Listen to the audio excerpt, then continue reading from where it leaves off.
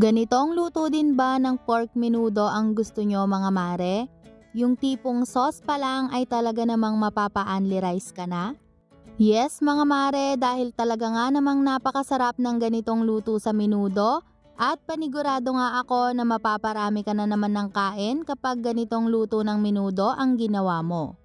Kaya naman mga mare, kung gusto nyo ring malaman kung paano ko nga niluto itong ganitong menudo ay tara samahan nyo ako hanggang dulo.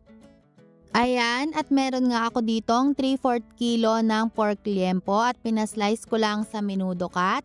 At i-season lang natin to mga mare ng paminta, soy sauce at maglalagay din ako dito ng oyster sauce and mag-a-add din ako ng konting liquid seasoning.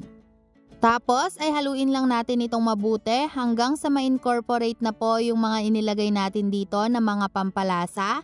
At after nga natin itong haluin ay isi-set aside po muna natin yan. At next naman mga mare ay i-season din natin itong ating pork liver. Naglagay lang ako ng soy sauce, paminta at konting oyster sauce. At haluin lang din natin yung mabuti. After mixing ay isi-set aside muna natin yan. Next naman mga mare, dito sa ating pan ay maglalagay lang tayo ng mantika. At ipiprito lang muna natin itong ating hotdog. At pagkatapos nga ng ilang minuto mga mare, kapag luto na itong ating hotdog ay hahanguin po muna natin yan tapos ay isi-set aside muna natin. Next naman ay ipapan fry din natin yung ating patatas at carrots.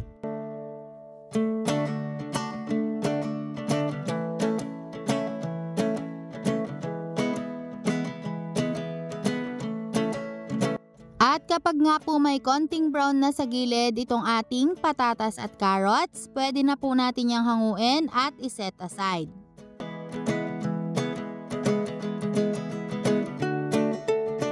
Next naman mga mare ay ipan fry din natin itong ating pork liver hanggang sa medyo mag-iba na po yung kulay nito. At kapag nga po ganito na yung kulay nitong ating pork liver ay hanguin na natin yan agad. Huwag nyo pong i-overcook dahil hindi po ito masarap kapag na-overcook.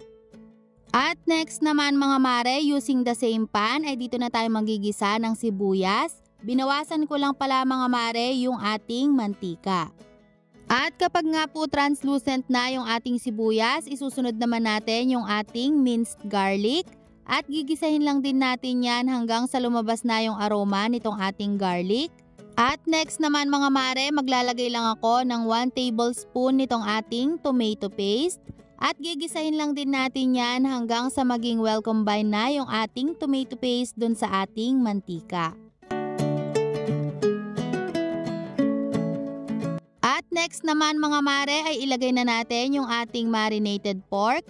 At gigisahin lang natin yan hanggang sa mag-iba na yung kulay nitong ating pork.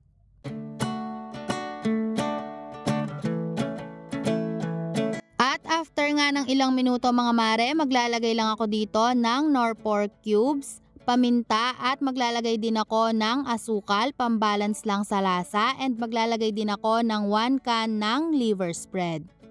Tapos ay i-mix lang po natin itong mabuti hanggang sa mag-well combine na po itong ating mga nilagay na pampalasa. And after mixing ay maglalagay lang po ako ng katamtamang dami lang ng tubig, yung sapat lang mga mare para mapalambot yung ating pork. Tapos ay i-mix lang natin to ng bahagya at tatakpan muna natin yan mga mare hanggang sa lumambot na po itong ating pork.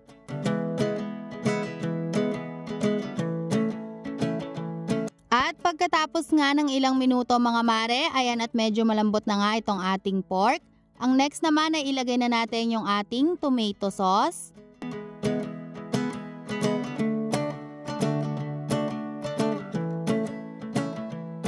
Next naman mga mare, maglalagay lang ako dito ng laurel leaves or yung ating dahon ng laurel at naglagay din ako ng cheese. Optional lang naman mga mare ang paglalagay dito ng cheese pero mas masarap kung meron. At pagkatapos nga natin itong haluin mga mare ay pwede na nating ilagay dito yung ating pinan-fry na pork liver and yung ating mga hotdog. Tapos ay hahaluin lang natin itong mabuti mga mare hanggang sa mag-well combine na po yung nilagay natin na hotdog and yung ating pork liver. Tapos mga mare, maglalagay din ako dito ng bell pepper At ilagay na rin natin yung ating pinan-fry na carrots and yung ating patatas.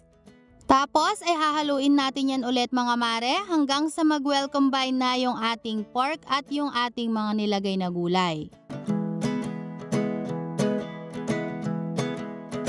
At kapag nahalo na natin itong mabuti ay papakuluan na lang natin ito o hayaan nating mag-simmer for at least 2 to 3 minutes para kumapit din yung sauce doon sa ating mga gulay.